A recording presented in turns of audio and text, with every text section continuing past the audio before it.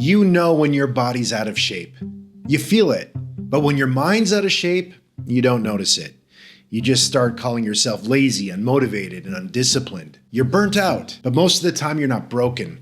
Maybe you haven't paid enough attention to your brain chemistry, or you're untrained, a bit out of shape. We're sold this idea that mental strength is just about being tough, pushing harder, hustle longer. That's not strength.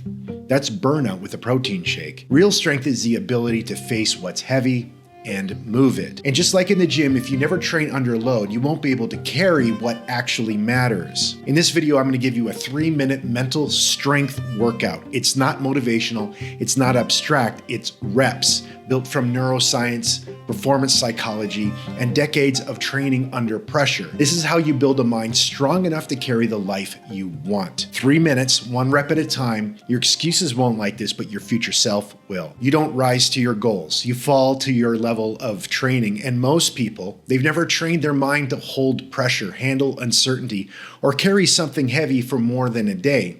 Then they wonder why it feels harder than it should. And again, I'm not judging you. We all have developed coping mechanisms and particular strengths in particular places. But we're talking about here is building the life you want, going after your dreams. And that takes specific training because you're stepping into the arena that most people don't step into. Because you're not most people, you're a champion. And we're going to train that marvelous mind of yours to win. This workout gives you 1 rep. And every time you do it, you will build clarity, discipline, confidence, capacity, and most importantly, mental strength.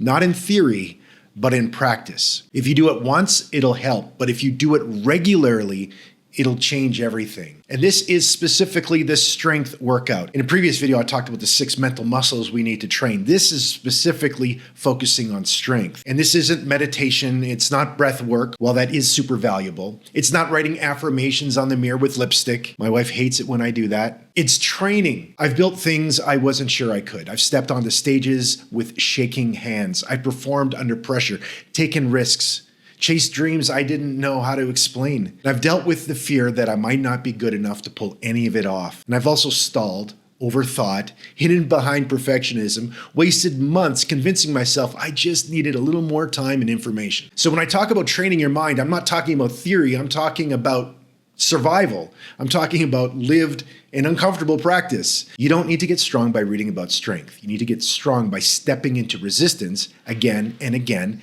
until it becomes familiar. I remember the first large public show I performed. I realized at the end of it, I wasn't mentally strong enough to sustain this type of pressure. I'm going to actually show you some of the footage from that early show. Don't judge me. What happened at this thing was I agreed to perform for about 50 high school students at a college experience weekend, and it turned out there was about 500 kids that showed up for the show. I was not ready for this kind of pressure. This was my very first public magic show ever, and it almost broke me. Fortunately, nobody booed me off stage, thank God, because that might have broke me.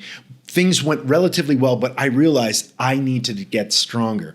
So I started a regime to train my mental strength in order to overcome the fear I was feeling on that stage. It was multifaceted, and I'll tell you a bit later about one of the things that I did to overcome the fear of being on stage in front of a crowd. Okay, this 3-minute workout is the start of that. It's a small rep, but if you do it regularly, it builds something big. Let's talk about what strength really is. In the gym, it's not how fast you run, it's not how long you plank, it's can you move something heavy with control and repeat it? That's strength. Pick up weight, put it down, do it again, cry a little, do another rep. Mental strength is no different. When the weights are invisible, they look like pressure, procrastination, overwhelm, self-doubt. And most people think the goal is to avoid these things. But strength doesn't come from avoidance. It comes from engagement under load. And that's what I encountered after that show I just showed you. I was faced with a choice. Either stop performing in front of a large crowd and get rid of that pressure, or find out how to overcome it. I decided to work out my brain and my emotions so that I could have the strength to stand up and continue to perform. This 3-minute workout is not about finishing in the task. It's about engaging in resistance. And there's a difference between the two. And you engage in resistance on purpose so that your brain learns, oh, I can carry that. I can move that weight. You wouldn't train for a marathon by thinking about running, but people try to build a dream life by thinking about starting. Let's not be those people. This is where it starts. You versus the weight. 3 minutes, 1 repetition, and no, you don't need a warm-up playlist. There are 4 core mental weights or plates that you put on a bar mentally. Each one works differently in a different part of your mind, and each one builds a different type of strength. And just like the gym, they only work if you lift them. Once you learn this process, I'm certain you will find and define weight plates that are specific to you. Okay, the first is the creative weight. This is the weight of making something or putting your voice, your effort, your idea into the world, even when it's not ready, probably especially when it's not ready. You write 100 words, you sketch the product, you record 10 seconds of the video that you kept overthinking, you make one decision you've been circling for a week. This one's heavy because it makes you visible. And most of the world would rather be perfect than seen. If you feel a little exposed, well, that's perfect form. This is kind of what I did. I decided to go and perform magic in restaurants while people waited for their food, shaky hands and all. I was not ready to be doing this. I felt really exposed, but in doing this weight repeatedly, I built up the mental strength that allowed me to get back on stage with confidence. Okay, number 2 is the completion weight. Starting is easy, it's fun, it's full of dopamine and Canva mood boards. This is the weight of closing the loop. Finishing the thing you said you would, sending the proposal, submitting the application, publishing the post, even if it's not perfect. This is where most dreams die. Not with a bang, but with a well-organized Google Doc that nobody ever opens again. Lift this one and you build the kind of strength that moves things forward. Number 3 is a commitment weight. This is the one that people skip because it's not about doing the thing, it's about deciding to do it publicly. Schedule the call, book the studio, tell someone, put your money where your mouth is, like literally. It's the weight of pressure of making the invisible visible. This connects to that idea of me performing in the restaurants as well. This is also known as, why did I say yes to this? This is the rep where you stop flirting with your dream and actually ask it out on a date. And number 4 is the confrontation weight. This one doesn't make for good Instagram content, but it's probably the heaviest of them all. It's a rep of honesty, the rep of clarity, of facing what you've been avoiding.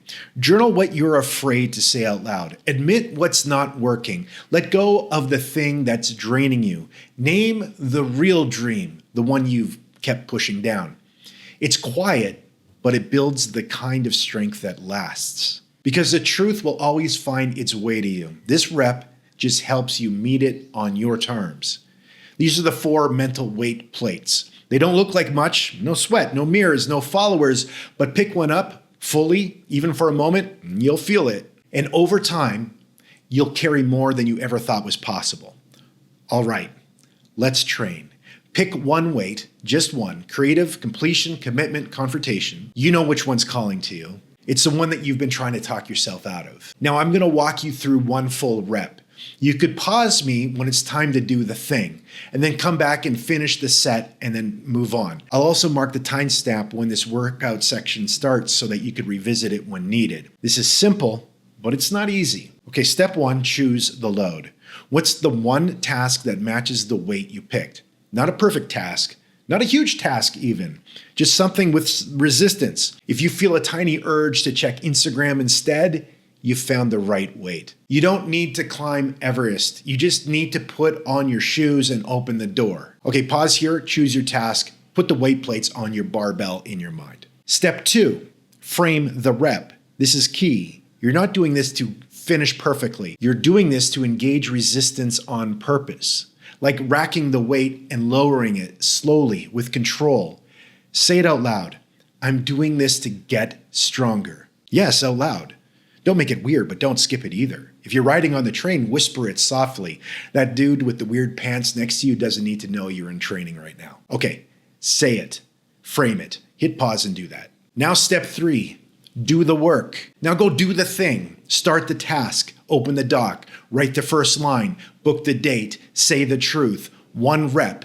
Push into the resistance and don't try to make it look pretty. Just make it real. We're not here for vibes. We're here for progress. Okay, pause here, do the task, and then resume when it's done. Now step 4, let's close the rep. Now you do the most important part of any workout. You track the rep. You write it down. What weight did you choose, what you did, and how it felt. You can do this on a sheet or in a notes app. The key is we don't know how we progress unless we track it. That's how you build strength. One clear rep, one logbook entry at a time. And no, there's no medal podium yet. Now pause here and track your rep. Now step 5, reflect and reset. What did this rep teach you? Not just what you did, but what you noticed. Did it feel harder than it should? Did you almost skip it? Did you surprise yourself? This is the gold. This is what most people miss. Identifying what it was like will allow you to adjust the weight lift next time. Do this 3-minute workout regularly and you'll not be the same person in 3 months. You'll be stronger, you'll be clearer, and you'll have proof on paper that your mind isn't fragile. It's just been undertrained, but you're fixing that. You just trained your mind for real, not just with affirmations, not with empty visualization, but by carrying weight. That rep you just did, that's more progress than most people make in a whole week. Not because they can't, but because they don't pick up the damn bar. They wait to feel motivated, to feel ready, to feel, spiritual. Meanwhile, you trained, even on the train next to the guy with the weird pants. And listen, this is not about heroic effort. This is about consistent effort. 3 minutes, regularly, and a task. That's it. You show up, you choose the weight, you move it, you track it, you get stronger. One day you look back and realize you didn't just change your mindset, you built one. And that's what makes a dream possible. Because chasing a dream doesn't require magic, it requires muscle. You've got 3 minutes tomorrow. Use them. The rest will follow.